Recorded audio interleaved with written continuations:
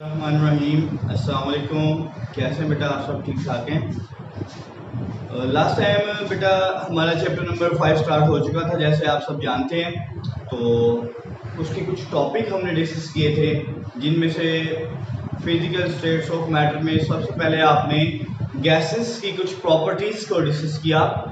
अब उसके बाद गैसेस के कुछ लॉज आए थे, जिनमें फर्स्ट लॉ आपने डिस्कस किया बॉयल्स लॉ। तो बॉयल्स लॉ के बाद उसकी वेरिफिकेशन थी, वेरिफिकेशन के बाद एग्जांपल्स थी। तो ये सब हमने लास्ट प्रीवियस लेक्चर में डिस्कस किया। आज का जो हमारा लेक्चर है वो लेक्चर है जी चार्ल्स लॉ के हवाले से। ठीक है, ये भी गैसेस पर ही एप्लीकेबल होगा या उनसे रिलेटेड है, तो इसको आज हमने डिस्कस करना है। तो इसको पहले हम रीड आउट कर लेते हैं। पेज 81 ओपन कर लें आप तमाम स्टूडेंट्स। बुक का पेज नंबर 81, चैप्टर नंबर 5 है आपके पास। तो स्टार्ट करते हैं। The relationship between volume and temperature. Volume और टेम्परेचर, पहले बॉयल्स लॉ में क्या था रिलेशन, प्रेशर और वॉल्यूम में। अब वॉल्यूम और टेम्परेचर आ गया। ठीक है, प्रेशर यहाँ पर क्या होगा, कांस्टेंट होगा। यहाँ पर प्रेशर क्या होगा, कांस्टेंट होगा। तो देखते हैं इसमें अब क्या होगा। फर्स्ट लॉ में हमारे पास टेम्परेचर कांस्टेंट था, चार्ल्स लॉ में हमारे पास प्रेशर कांस्टेंट होगा। ठीक है, ये इनके आइडेंटिफिकेशन भी कह सकते हैं आप। तो देखते हैं, रीडिंग करते हैं। The relationship between volume and temperature keeping the pressure constant was also studies. French scientist J. Charles in 1787 presented his law that states। अब यहाँ पर जो इन्वर्टेड कॉमास में वर्डिंग लिखी गई है, ये इसकी डेफिनेशन होगी बेटा। The volume of a given mass of a gas, the volume of a given mass of a gas is directly proportional to its absolute temperature. हमारे पास कंडीशन क्या बन रही है, volume of the given mass of the gas is directly proportional to temperature, is directly proportional to temperature. Pressure P remains constant।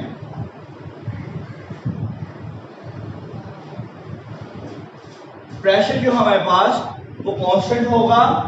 इसमें Charles law की बात कर रहे हैं। इसमें वॉल्यूम और टेम्परेचर में जो रिलेशन है वो डायरेक्ट रिलेशन है। ठीक है, जैसे मैंने आपको बताया था, दो तरह के रिलेशन होते हैं। एक होता है डायरेक्ट रिलेशन, जैसा कि आपके सामने है, और दूसरा होता है इनवर्स रिलेशन, जैसा कि बॉयल्स लॉ में था। ठीक है, बॉयल्स लॉ में वॉल्यूम और प्रेशर में हमारे पास इनवर्स रिलेशन था। Means that volume is inversely proportional to pressure, volume is inversely proportional to pressure. ये था बॉयल्स लॉ में इनवर्स रिलेशन, मतलब एक चीज ज्यादा हो रही थी तो दूसरी चीज उसी रेट से क्या हो रही थी, कम हो रही थी। ठीक है, अब लेकिन इसमें क्या होगा, इन दोनों में वॉल्यूम और टेम्परेचर में जो रिलेशन है हमारे पास वो डायरेक्ट रिलेशन है। ठीक है, सेम क्वांटिटी, अगर आप टेम्परेचर बढ़ाते हैं तो डेफिनेटली आपका वॉल्यूम भी इंक्रीज कर जाएगा। अगर आपने वॉल्यूम बढ़ा दिया तो डेफिनेटली आपने टेम्परेचर इंक्रीज किया होगा। ये डायरेक्ट रिलेशन है। तो अब आपके सामने यहाँ पर कौन सा साइन नजर आ रहा है, प्रोपोर्शनल का साइन। किसका साइन नजर आ रहा है बेटा आपको, प्रोपोर्शनल का साइन। तो इसको आप रिप्लेस करेंगे विद सूटेबल यूनिट्स के साथ। तो यहाँ पर हमने जो यूनिट यूज करना है वो K है। ठीक है, मल्टीप्लाई बाय T। ठीक है, तो ये क्या बन जाएगा हमारे पास, K T। मजीद अगर आप K की वैल्यू फाइंड आउट करना चाहते हैं तो आपके पास क्या बन जाएगा, V over T is equal to K। तो आपके पास ये K की वैल्यू आ गई इस इक्वेशन से। ठीक है, तो अब इससे आगे हमारे पास मतलब क्या उसमें इंफॉर्मेशन है वो देखते हैं। When the pressure is constant, the volume of a given mass of a gas is proportional to absolute temperature T. Mathematically it is represented as volume is directly proportional to T. तो हमारे पास जो final equation आई है V over T is equal to K. V over T is equal to K, where K is the proportionality constant. If temperature of a gas is increased, its volume also increase.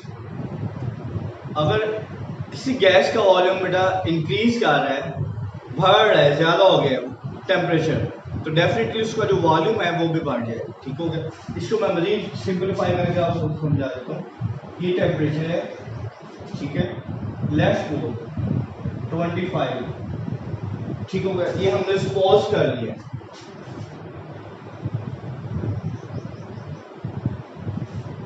ये cylinder, इसमें gas fill है, इसका जो इस वक्त का temperature है 25 है, लेट्स सपोज, ठीक है।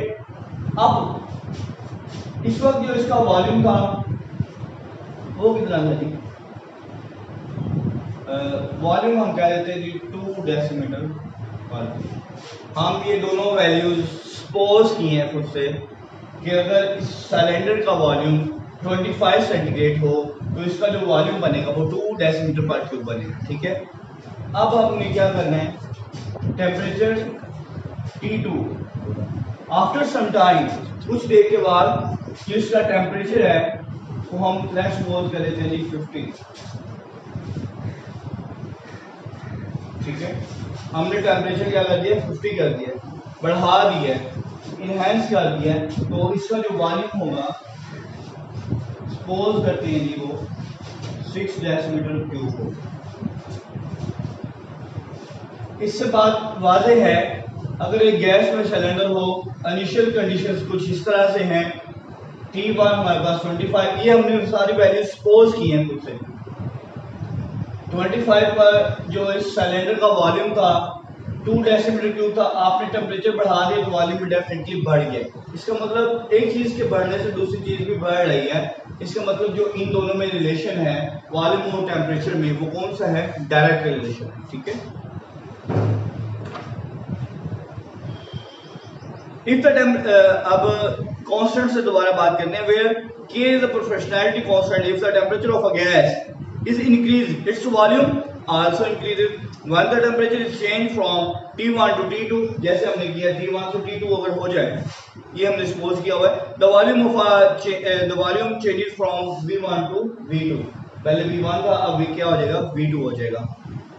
The mathematically form of Charles law will be V1, तो हमारे पास जो मैथमेटिकल फॉर्म बनेगी हमारे पास वो कुछ इस तरह से बन जाएगी, V1 T1 is equal to K and V2 T2 is equal to K। हमारे पास ये दो इक्वेशंस आ गई हैं। As both the equation has same value of constant, इन दोनों इक्वेशंस का जो कांस्टेंट है वो क्या है, सेम है।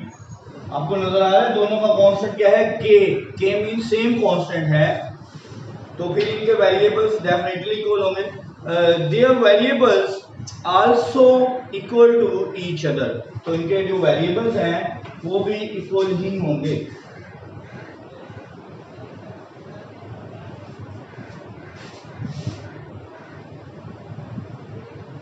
अगर इनके कांस्टेंट इक्वल हैं तो इनके ये डेफिनेटली वेरिएबल्स भी इक्वल होंगे।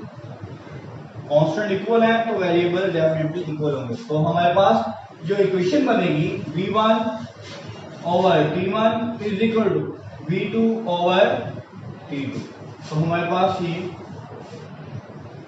फाइनल इक्वेशन आ गई है वॉल्यूम और टेम्परेचर के दरमियान। नेक्स्ट पेज पर आ जाए 82 पर, इसकी अब एक्सपेरिमेंटल वेरिफिकेशन करेंगे हम। हमारे पास दो सिलेंडर्स हैं, ठीक है, तो हम पहले इनको रेज कर देते हैं बेटा।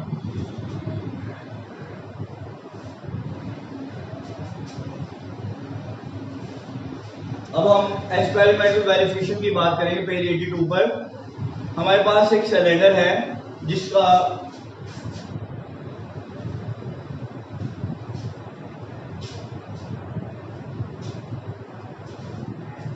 लेस वॉल, इसमें गैस इनक्लोज है,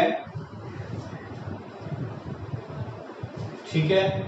इसका जो टेम्परेचर इस वक्त है T1 वो कितना है 25 सेंटीग्रेड, वॉल्यूम इसका कितना है V1 50 सेंटीमीटर पर क्यूब, ठीक है जी। अब ये इनिशियल कंडीशन में इसमें सारी गैस फिल की गई है,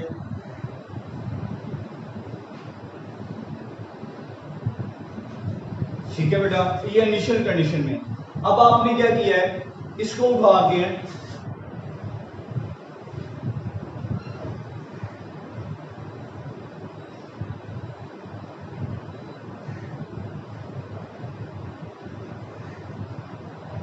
एक ट्राइपॉड स्टैंड यूज करके आपने इसका टेम्परेचर बढ़ाने के लिए बर्नर पर इसे सिलेंडर को होल्ड कर दिया बर्नर पर, तो इसका जो वॉल्यूम था अब पहले से क्या हो जाएगा, इंक्रीज हो जाएगा। अब इसका टेम्परेचर आपने कितना किया है, T2 वो है 100 सेंटीग्रेड,